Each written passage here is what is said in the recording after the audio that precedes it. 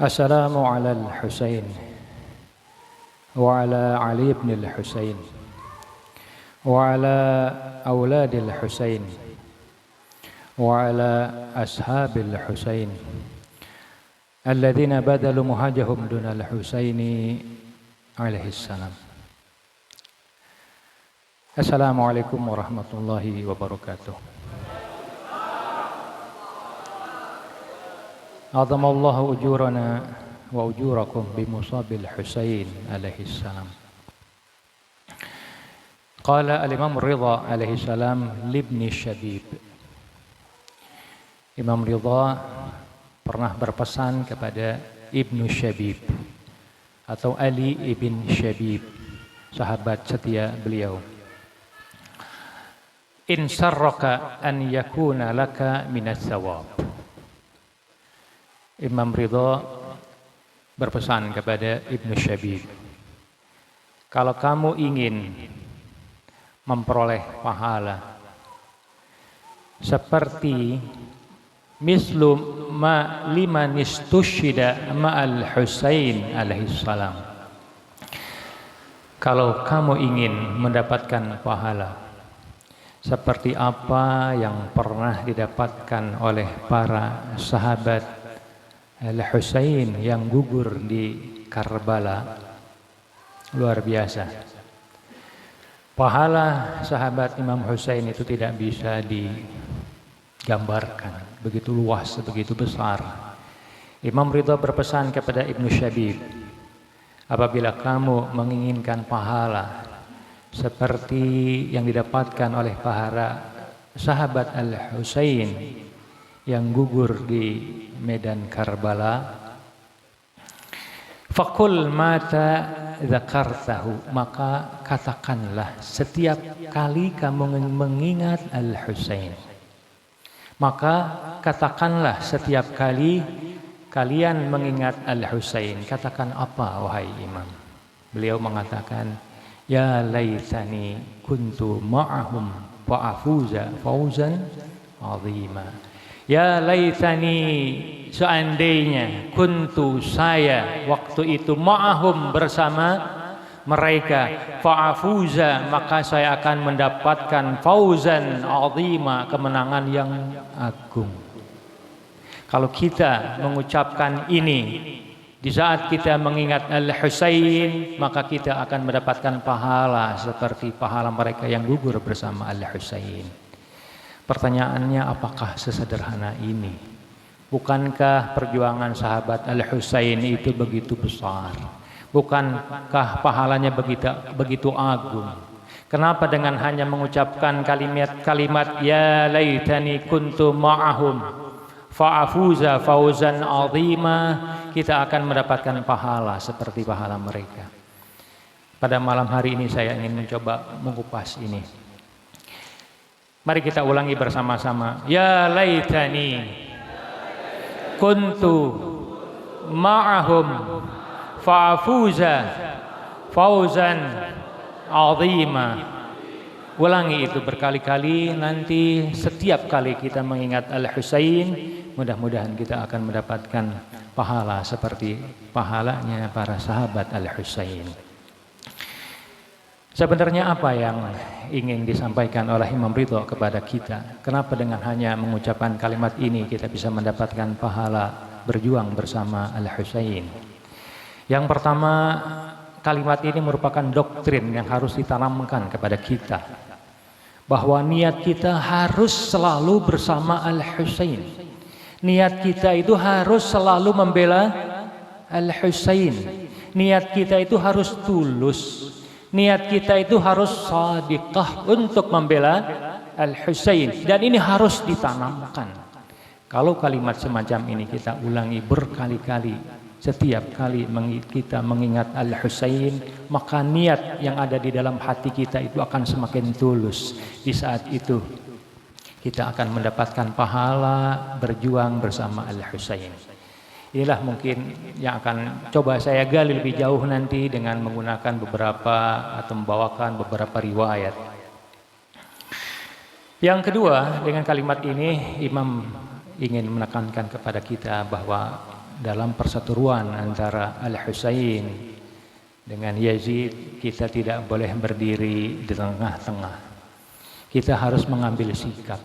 Kita harus mengambil sikap. Kita harus membela Al-Husain. Kita tidak bisa mengambil posisi di tengah-tengah. Tidak ikut Al-Husain atau tidak ikut Yazid. Tidak bisa seperti itu. Kita tidak bisa seperti apa yang pernah dikatakan Abu Hurairah terkait dengan perselisihan Al-Imam Ali dan Muawiyah. Abu Hurairah berkata begini, as-salatu khalfa aliyin atam. Salat di belakang Ali itu sempurna. Wa ta'amu Muawiyah adsam. Tetapi makanan Muawiyah itu sangat lezat. Wal wuqufu ala at-talli aslam. Tetapi berdiri di atas bukit, artinya tidak berpihak kepada Ali maupun Muawiyah, lebih selamat. Ini adalah sikap Muawiyah ketika melihat perselisihan antara, mohon maaf, ini adalah sikap Abu Hurairah ketika menyaksikan perselisihan antara Ali dan Muawiyah. Hal semacam ini tidak dibenarkan. Imam Ridha ingin menekankan pada kita harus bersikap.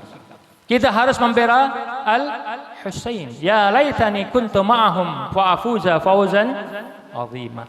Apa yang terjadi apabila kita tidak berpihak kepada Al-Husain? Diriwayatkan dari Ammar bin Qais Al-Masyriqi. Saya langsung bacakan saja artinya. Diriwayatkan dari Ammar bin Qais Al-Masyriqi, ia berkata, aku bersama sepupuku masuk menemui Al-Husain ibn Ali alaihi salam. Saat beliau berada di Qasar Bani Muqatil, lalu aku memberi salam kepadanya.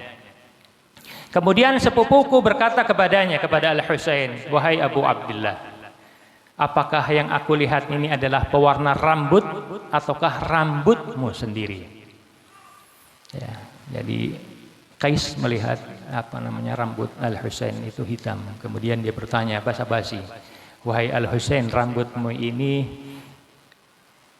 menggunakan pewarna atau memang rambutmu sendiri? Apa jawaban Al-Husain? Hidabun wasyaibu ilaina Bani Hashim asra'u ajil. Kata Imam Husain, ini adalah perwarna rambut. Uban itu, kata Imam Husain, lebih cepat muncul pada kami Bani Hashim. Basa-basi.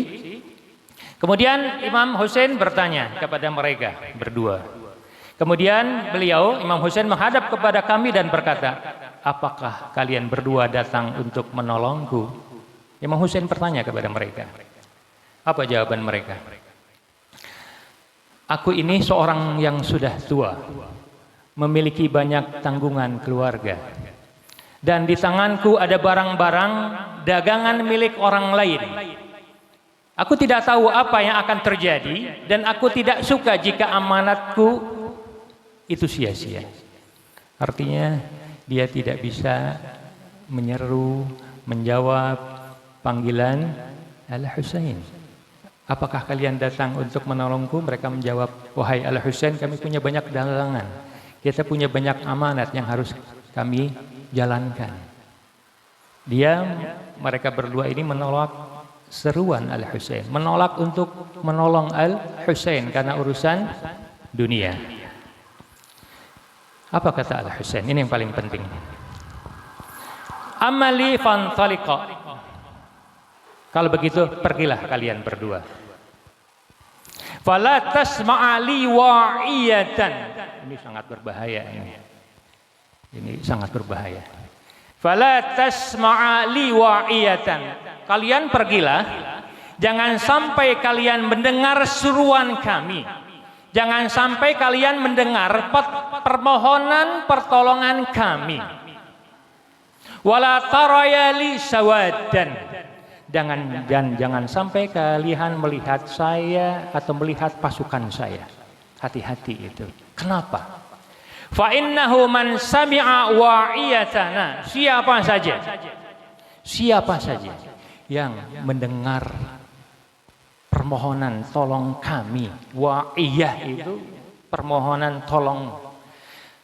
Fa innahu man sami'a wa'iyatana, barang siapa yang mendengar sampai ke telinganya permohonan pertolongan kami, au ra'a sawadana, atau dia melihat persiapan pertempuran kami, falam yujibna, sementara dia tidak menjawab permohonan pertolongan kami, falam yujibna wa'iyatana, sementara dia tidak mau menjawab permohonan pertolongan kami, apa ya?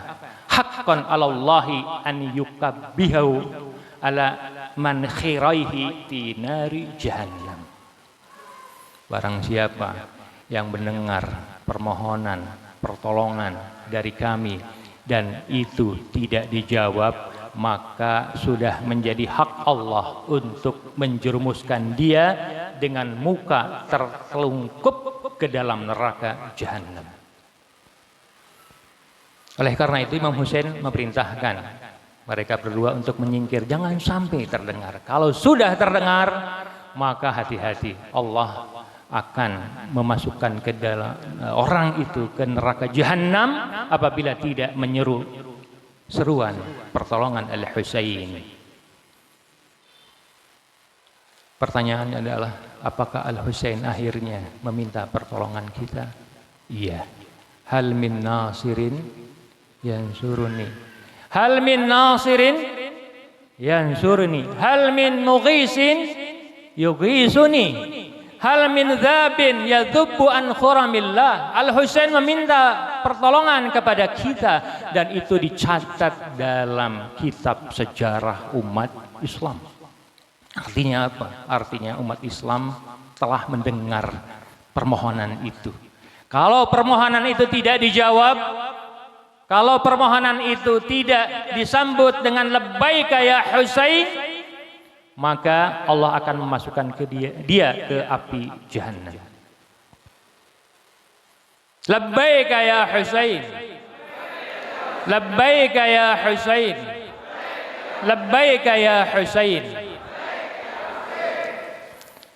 Persoalannya adalah sekarang bagaimana kita bisa menyahuti seruan Al-Husain. Panggilan Al-Husain untuk bertempur di Karbala setelah lewat. Bagaimana kita bisa menjawab seruan Al-Husain? Ini yang coba kita akan kupas pada malam hari ini.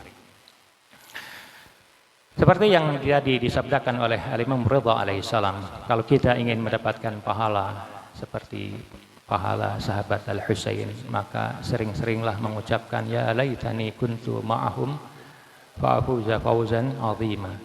Seandainya saya bersama mereka. Jadi setiap kali kita mengingat Al-Husain, katakanlah seandainya saya bersama Al-Husain di Karbala. Ucapkan itu. Kenapa? Karena kalimat itu gunanya untuk mendoktrin, menanamkan. Sehingga menanamkan ke dalam jiwa kita punya niat yang kuat dan jujur untuk membela Al-Husain. Jadi kuncinya ada pada niat. Bukan sekedar kita mengucapkan ya laitani kuntu ma'ahum, bukan sekedar itu. Tapi kalimat itu tujuannya adalah untuk menanamkan niat yang jujur di dalam diri kita bahwa seandainya hal itu terjadi, kita akan membantu Al-Husain dalam perjuangannya. Oleh karena itu kata kuncinya ada pada niat. Saya akan sedikit membahas tentang niat. Mungkin ini mukaddimahnya lebih panjang daripada kesimpulannya. Niat itu adalah jiwanya perbuatan. Niat itu adalah jiwanya perbuatan. Perbuatan itu kalau tidak ada niatnya maka tidak ada nilainya. Contoh begini. Orang yang memberi uang dalam keadaan tidak sadar, ngigo misalnya, maka perbuatan itu tidak ada nilainya bagi kita. Perbuatan itu tidak bisa dikatakan baik maupun tidak bisa dikatakan buruk karena dilakukan dalam keadaan ngigo. Sementara apabila perbuatan itu dilakukan dalam keadaan sadar, maka perbuatan itu baru memiliki nilai. Nah, kesadaran itulah yang disebut dengan niat. Perbuatannya sama, perbuatan yang dilakukan oleh orang yang ngigo dengan Perbuatan orang yang sadar sama saja, sama-sama dia memberi uang. Perbuatannya sama, tidak ada perbedaan sama sekali. Tetapi kenapa yang pertama memiliki nilai, tidak memiliki nilai, sementara yang kedua memiliki nilai? Karena yang kedua itu perbuatannya didasarkan pada kesadaran. Dia sadar ketika memberi itu. Nah, kesadaran inilah yang disebut dengan niat. Oleh karena itu Rasulullah Shallallahu Alaihi Wasallam bersabda, innamal a'malu binniyat. Sesungguhnya amal perbuatan itu dengan niat. Maksudnya bukan bahwa kita cukup niat tidak perlu beramal, bukan itu maksudnya. Innamal a'mal binniyat itu maksudnya adalah sebuah perbuatan itu jiwanya, ruhnya itu ada pada niat. Dengan niat itulah akhirnya perbuatan itu memiliki nilai. Ya. Innamal a'mal binniyat. Jadi niat itu adalah jiwanya perbuatan. Ya. Dan yang namanya niat yang jujur itu pasti menghasilkan perbuatan. Tapi kalau mau ditanya mana yang lebih utama, yang utama adalah niat, karena niat adalah jiwanya perbuatan itu. Itu yang pertama. Yang kedua, kesalehan sebuah perbuatan tergantung niat. Kalau niatnya saleh, maka amalnya pun menjadi saleh. Tapi kalau niatnya tidak saleh, maka perbuatannya pun tidak saleh. Contoh yang paling sederhana, apakah ada perbuatan yang lebih saleh daripada sholat? Tidak ada, karena sholat itu adalah ibadah yang paling utama. Tetapi apabila kita melakukan sholat dengan niat yang buruk, maka sholat itu tidak ada artinya. Bahkan sholat itu tidak diterima. Jadi kesalehan sholat itu muncul dari kesalehan niat dalam melakukan sholat itu. Sholat yang didasari pada riya tidak ada artinya. Oleh karena itu kesalehan sholat itu muncul dari kesalehan niat. Penting. Oleh karena itu Imam Ali bersabda, sholahul amal bisolahin niyah. Jadi kesalehan sebuah perbuatan itu tergantung pada kesalehan niatnya. Apapun itu. Semua perbuatan itu menjadi baik tergantung kepada niatnya. Kalau niatnya baik menjadi baik, kalau niatnya buruk perbuatan itu menjadi buruk. Perbuatan dermawan ngasih orang ini, kalau niatnya buruk perbuatan itu menjadi buruk. Tapi kalau niatnya baik perbuatan itu menjadi baik. Ini menggambarkan kepada kita bagaimana niat itu merupakan hakikat daripada sebuah perbuatan. Yang ketiga, Allah itu akan memberikan pahala bukan pada amalnya, tapi pada niatnya. Amal harus, tapi yang paling utama adalah pada niatnya. Rasulullah Shallallahu Alaihi Wasallam bersabda, sawabul a'mal indallahi ala qadrin niat. Jadi pahala sebuah perbuatan itu tergantung niatnya. Ya. Sholat kalau niatnya riya tidak dapat pahala. Tapi sholat itu kalau niatnya ikhlas mendapatkan pahala. Berarti pahala itu ukurannya tergantung kepada niat. Allah itu akan memberikan pahala tergantung niatnya. Sawabul a'mal indallahi ala qadrin niat. Kemudian Imam Ali juga pernah bersabda, ihsanun niyah yujibul masubah. Niat yang baik itu bisa menyebabkan pahala. Yang keempat, peran niat dalam setiap amal perbuatan kita. Imam Ali bersabda, wa inna Allah subhanahu yudkhilu bisidqin niyah. Allah itu akan memasukkan dengan niat yang tulus wasarirah as-salihah dan perangai yang baik man yasha'u, siapapun yang dia kehendaki min ibadihi dari hambanya, dimasukkan ke mana? Al-jannah, ke surga. Jadi niat itu yang menjadi tolak ukur Allah memasukkan hambanya ke surga. Allah akan memasukkan hambanya ke surga dengan niatnya yang tulus, bisidqin niyah. Inilah keutamaan niat. Kemudian saya sedikit ingin bawakan riwayat tentang kenapa orang-orang kafir itu dikekalkan di neraka. Kenapa orang-orang kafir itu dikekalkan neraka, dikekalkan di neraka? Ya. Kita sering bertanya itu, kenapa orang kafir dikekalkan di neraka? Mari kita dengarkan jawaban dari Al-Imam As-Shadiq alaihissalam. Beliau bersabda begini, innama khulida ahlun nar fin nar. Ya, sesungguhnya para penduduk neraka itu dikekalkan di neraka. Kenapa? Lianna niyatihim kana fid dunya. Karena niat mereka di saat mereka masih di dunia, apa niatnya? An law khulidu fiha, kalau sekiranya mereka dikekalkan di dunia, an ya'sullaha abadan, mereka akan niat terus bermaksiat kepada Allah Subhanahu wa taala. Jadi begini, kenapa orang kafir itu dikekalkan di akhirat? Karena orang kafir itu kalau mereka dikekalkan di bumi, maka niatnya mereka itu akan melawan Allah, akan bermaksiat kepada Allah selamanya. Makanya mereka dikekalkan di neraka. Berdasarkan apa? Niatnya. Karena mereka niat untuk melawan Allah selamanya. Makanya dikekalkan di neraka. Jadi kenapa orang-orang kafir itu dikekalkan di neraka? Karena niat mereka.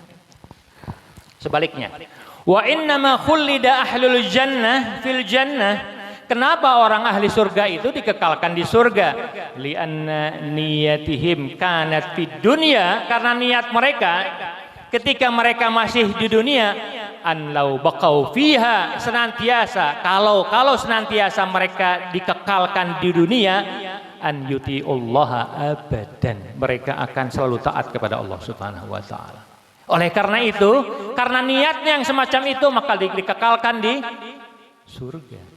Jadi kekal di surga maupun kekal di neraka itu tergantung niat. Jadi penting sekali niat itu. Oleh karena itu, dari sini kita bisa mengambil sebuah kesimpulan bahwa yang namanya niat itu jauh lebih baik daripada perbuatan itu. Kita sudah bahas tadi beberapa ayat, riwayat terkait dengan niat. Oleh karena itu Rasulullah bersabda, niatul mu'min khairun min amalihi. Niatnya seorang mukmin itu jauh lebih baik daripada amalnya. Kemudian hal lain yang perlu saya jelaskan adalah bagaimana niat itu kalau tidak diikuti dengan amal. Yang namanya niat shadiqah, yang namanya niat yang tulus itu mesti diikuti dengan perbuatan. Kalau ada niat tapi tidak diikuti dengan perbuatan, itu niatnya tidak jujur, niatnya tidak tulus. Niat tapi tidak pernah menjalankan, berarti niatnya tidak jujur, niatnya tidak tulus. Yang namanya niat yang jujur dan tulus itu selalu diikuti dengan perbuatan. Pertanyaannya, mungkinkah ada niat yang tulus tetapi kemudian tidak diikuti oleh perbuatan? Diriwayatkan dari Imam Ali Al-Hadi alaihissalam, waqad azazallahu sidqan niyyah. Imam Ali Al-Hadi menjelaskan kepada kita bahwa Allah telah memperbolehkan niat yang jujur, wa in kanal fi'lu ghairu muwafiqin laha, walaupun niat itu tidak diikuti oleh perbuatan, tetapi niatnya tetap dianggap tulus. Dalam kondisi apa itu? Imam menjelaskan, li'illati mani'in yamna'u idharal fa'li.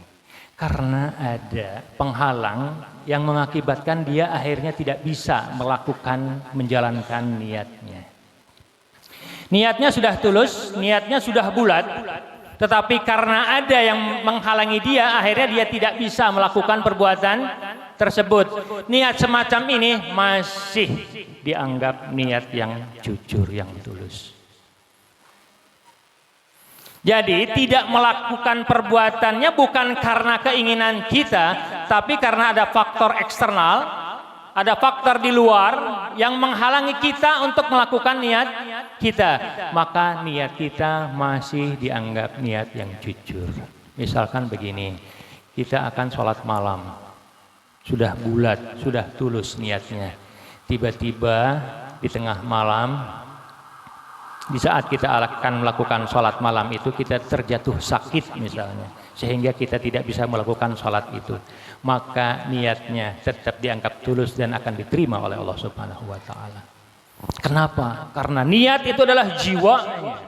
Jiwa dari perbuatan itu adalah pada niatnya. Allah tahu sekiranya orang itu tidak mendapatkan halangan, pasti dia akan melakukan sholat malam. Itu namanya niatun shadiqah. Diriwayatkan dari Imam Ja'far As-Shadiq, innal abda la yanwi min naharihi an yusalli bil lail. Ada seorang hamba yang niat untuk melakukan sholat malam.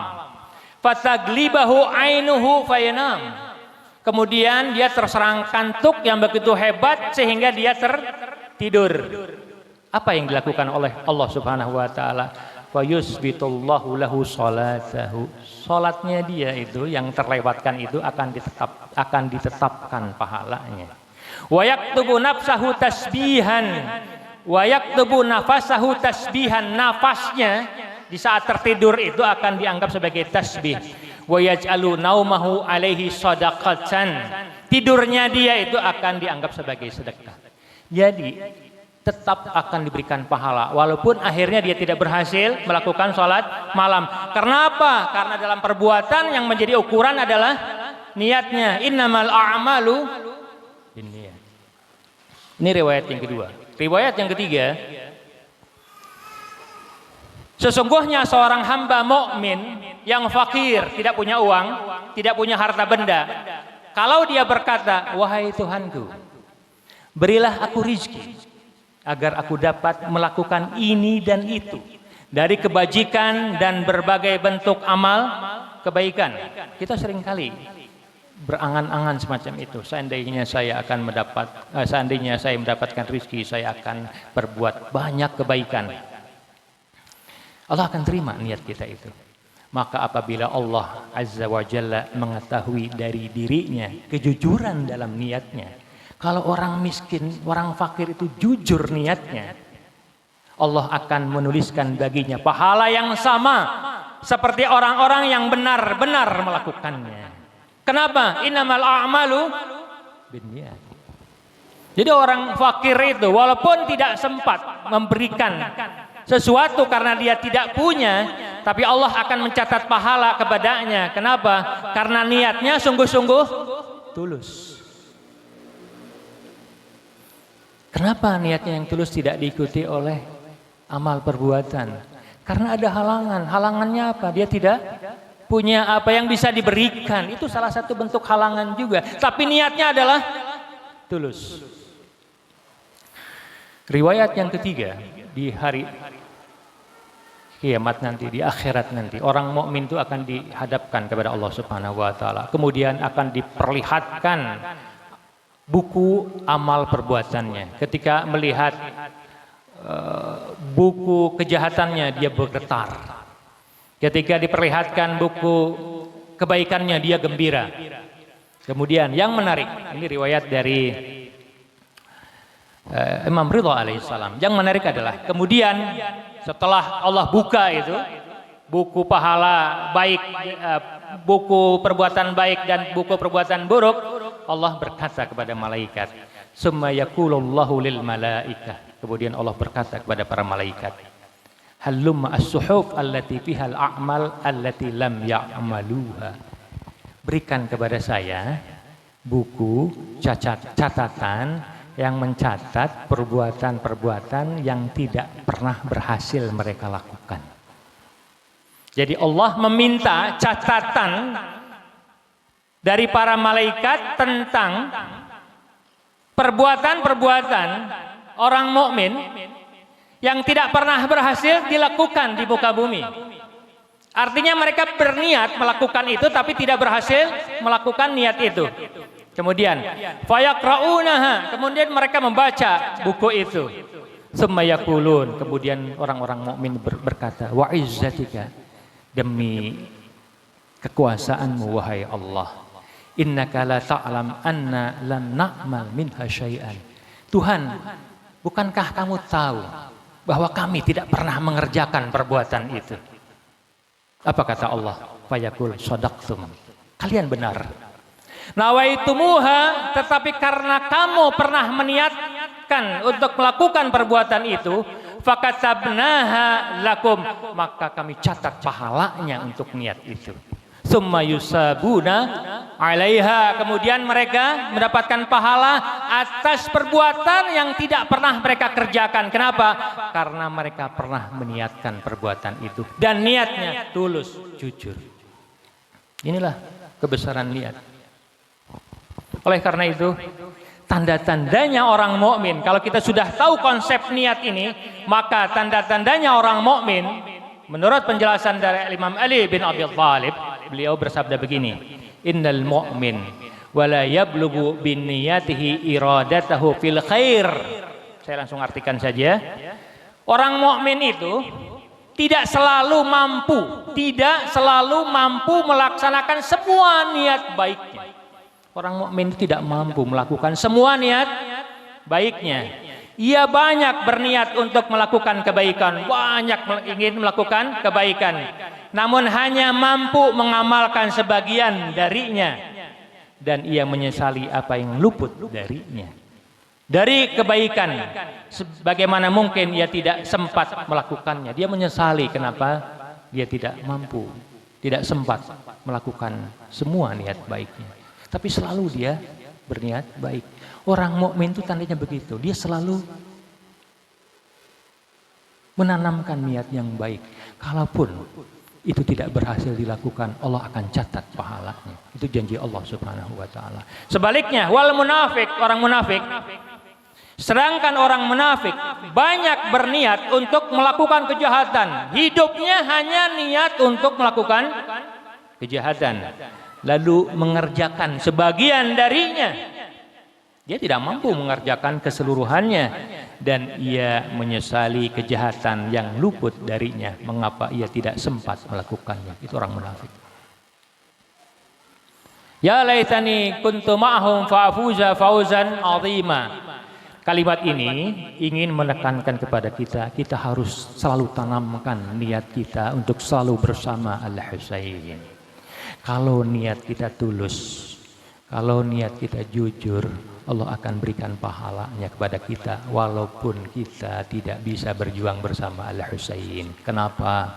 Karena perjuangan Al-Husain sudah lewat. Perjuangan Al-Husain sudah lewat. Adakah cara supaya kita bisa bersama Al-Husain? Imam Ridha memberikan jalan kepada kita. Ucapkan ya laitani kuntu ma'ahum fa'afuza fauzan 'azima. Seandainya aku bersama Al-Husain. Sering ucapkan ini. Tujuannya supaya menanamkan niat yang tulus di dalam diri kita, sehingga Allah akan mencatat itu sebagai kebaikan di akhirat nanti.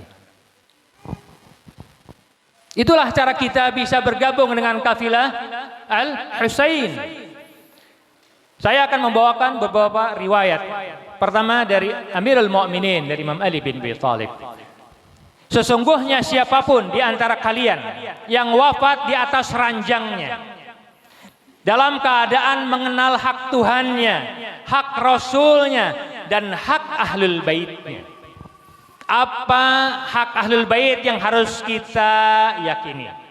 Hak Ahlul Bait yang harus kita yakini adalah kita harus taat kepada mereka. Itu hak yang paling utama. Apabila kita mati di atas ranjang dengan kita punya keyakinan bahwa mereka itu adalah orang-orang yang harus kita taati. Mata syahidan wa waqa ajruhu 'ala Allah, maka orang itu mati syahid dan akan mendapatkan pahala dari Allah Subhanahu wa taala. Kemudian Imam Ali melanjutkan, wastaujaba ma nawa min salihi amalihi.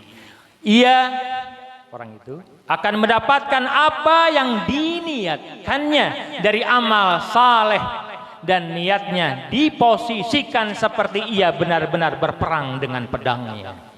Jadi walaupun orang itu tidak ikut berperang bersama Ahlul Bait, tetapi karena dia meyakini hak Ahlul Bait, kemudian dia mati di atas ranjangnya, maka dia pahalanya akan disamakan dengan pahala orang yang berjuang bersama Ahlul Bait. Niat itu luar biasa. Nah, ya laitani kuntu ma'ahu, seandainya aku bersama Al-Husain, ini ingin Imam Ridho menginginkan kepada kita, tanamkan itu dalam diri kita sehingga niat untuk selalu Ahlul Bait itu ada di dalam diri kita. Itulah yang akan membawa barokah, akan membawa kebaikan buat diri kita. Riwayat yang ketiga,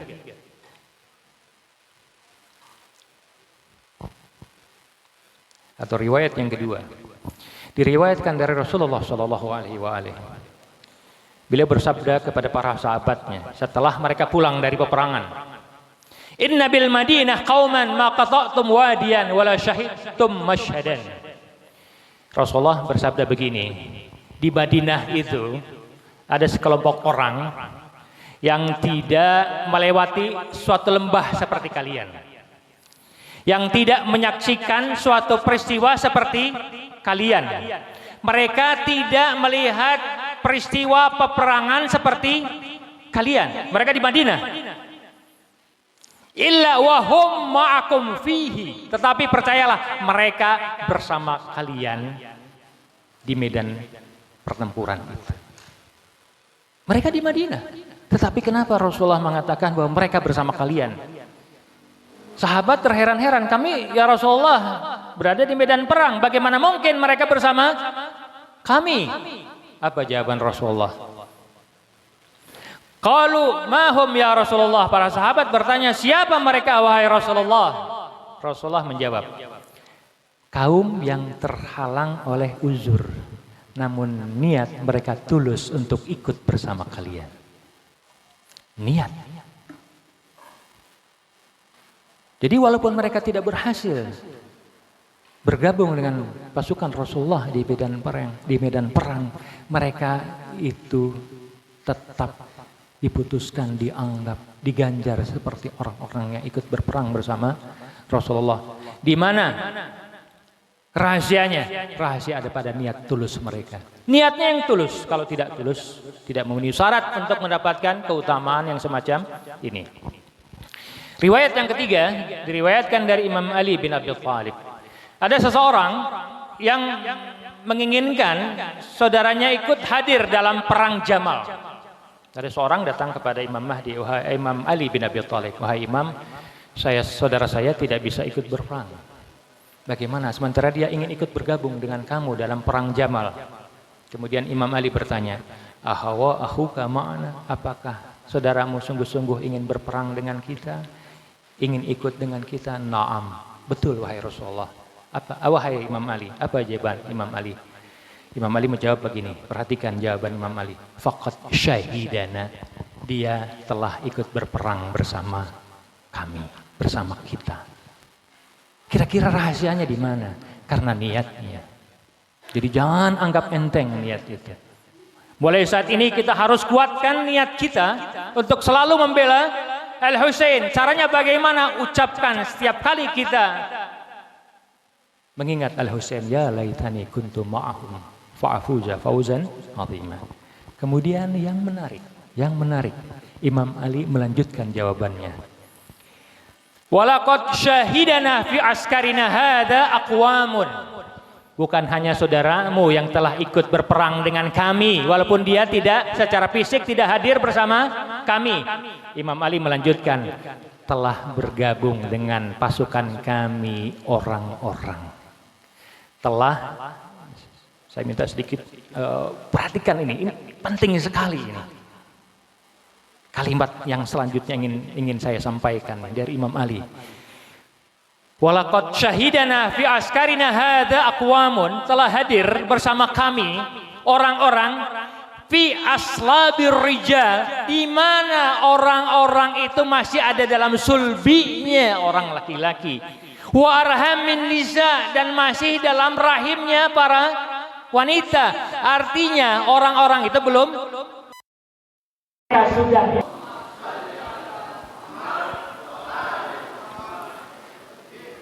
Wahai Imam Ali, kami yang di ruangan ini tidak pernah hadir di pertempuran Al-Jamal. Bagaimana nasib kami?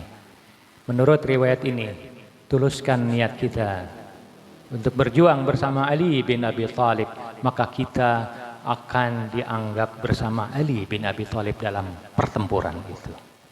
Walaqad syahidana fi askarina hadza aqwamun fi aslabir rijal wa rahamin nisa. Kemudian riwayat yang keempat diriwayatkan dari Abu Basir dari Imam Ja'far As-Shadiq alaihissalam. Imam Shadiq pernah bersabda begini, hendaklah salah seorang dari kalian, kita, benar-benar mempersiapkan diri untuk keluarnya Al-Qaim Al-Mahdi ajallahu farajah.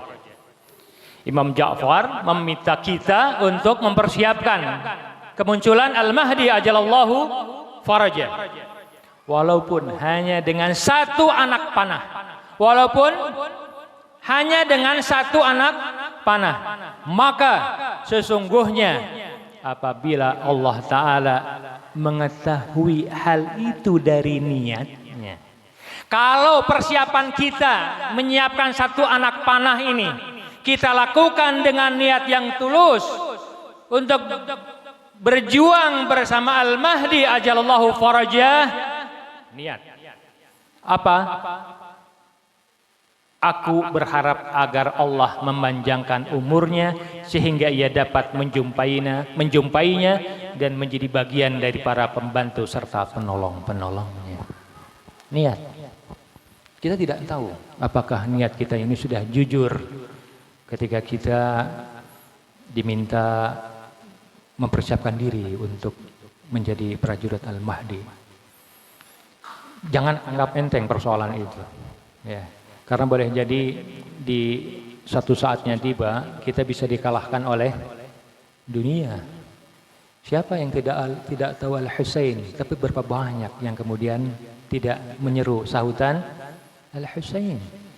Oleh karena itu, niat kita itu harus kita kuatkan setiap hari. Setiap hari kita harus kuatkan sehingga niat kita itu betul-betul kuat dan jujur. Seandainya kita akhirnya berjumpa dengan Al-Mahdi, kita akan mengatakan labbaika ya Mahdi. Tetapi seandainya kita meninggal sebelum berjumpa dengan Al-Mahdi, Allah akan memberikan pahala atas niat yang tulus kita itu. Seperti riwayat-riwayat yang telah saya sampaikan tadi. Saya bawakan sedikit atau sebagai riwayat terakhir yang diriwayatkan terkait dengan ziarah kepada Al-Husain alaihissalam. Dalam sebuah ziarah jadi diajarkan begini. Ini diriwayatkan dari kisah Al-Mazar karya Muhammad ibnu Al-Mashri. Saya penggal saja riwayatnya. Riwayatnya berbunyi begini. Fanahnu nashhadullah.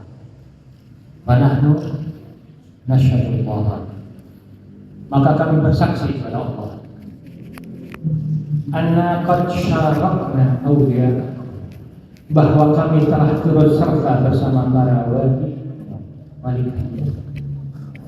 wa ansarakum dan para pendukung kalian al-mutaqaddimina bi iraqati dima'in naqisi wal qasidi. Kami bersaksi bahwa kami telah turut bersama para wali dan para pendukung kalian yang terdahulu dalam membalas darah atau menumpahkan darah para pelanggar baiat al-qasidin, menumpahkan darah orang-orang yang zalim, al-marikin, para pemberontak. Wa qatalat Abi Abdillah sayyidi syabab ahli jannah yauma Karbala. Di dalam sejarah ini kita diajarkan untuk bersaksi. Fanahnu nashhadullah, saya bersaksi kepada Allah Subhanahu wa taala bahwa qad syarakna, bahwa kami telah bersama orang-orang yang telah membalas darah Al-Husain untuk membunuh mereka, orang-orang yang memerangi Al-Husain. Wa qatalat Abi Abdillah sayyidi syabab ahli jannah yauma Karbala. Kita bersama mereka, ya Allah. Kami bersama mereka yang berperang melawan musuh-musuh Ahlul Bait. Kami bersama mereka yang telah atau yang akan telah memerangi orang-orang yang memusuhi Ahlul Bait. Dengan apa kita bersama mereka? Binniyati wal qulub. Jadi kita bersama mereka dengan niat kita dan hati-hati kita. Wa ta'assub ala khawdi tilkal mawaqif allati hadaru bi. Kami bersama mereka dengan niat-niat kita. Jadi satu jalan dimana kita bisa bersama mereka adalah dengan menanamkan niat kita yang tulus untuk selalu bersama mereka. Bin niyati wal qulub wa ta'assub ala fawti tilkal mawaqif allati hadaru li nusratihi.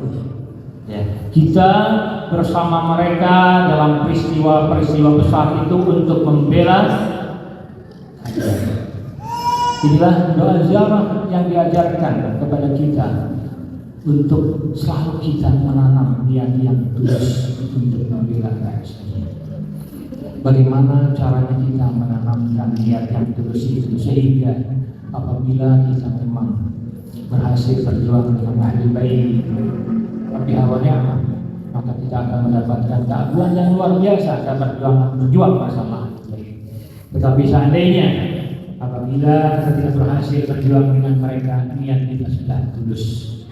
Ya Allah, niat kami tulus walaupun kami belum berhasil melaksanakan niat kami untuk bertempur, berjuang bersama Ahlul Bait karena kami tidak bertemu dengan Al-Mahdi, karena kita tidak bersama Al-Husain di medan Karbala. InsyaAllah Allah akan mencatat niat yang tulus itu. Labbaik ya Husain, labbaik ya Husain, labbaik ya Husain. Jadi sekali lagi ketika menerima salam pesan kepada kita, setiap kali kita mengingat Al-Husain, katakanlah seandainya saya bersama Al-Husain, katakan walaupun dalam bahasa Indonesia. Apa gunanya kalimat itu? Sekali lagi saya ingin tekankan lagi, kalimat itu merupakan doktrin untuk menanamkan kepada kita, untuk menguatkan niat kita atas ketulusan kita membela Al-Husain. Itulah bekal kita yang bisa kita bawa ke akhirat nanti. Dengan niat itu pula, insyaallah Allah Subhanahu wa taala akan memberikan kita pahala seperti pahala para sahabat Al-Husain. Labbaik ya Husain, labbaik ya Husain, labbaik ya Husain, labbaik ya Husain. Wahai Al-Husain, jangan ragukan niat kami. Wahai Al-Husain, jangan pernah ragukan niat kami. Niat kami tulus untuk membela kamu. Itu yang bisa saya sampaikan. Mohon maaf. Assalamualaikum warahmatullahi wabarakatuh.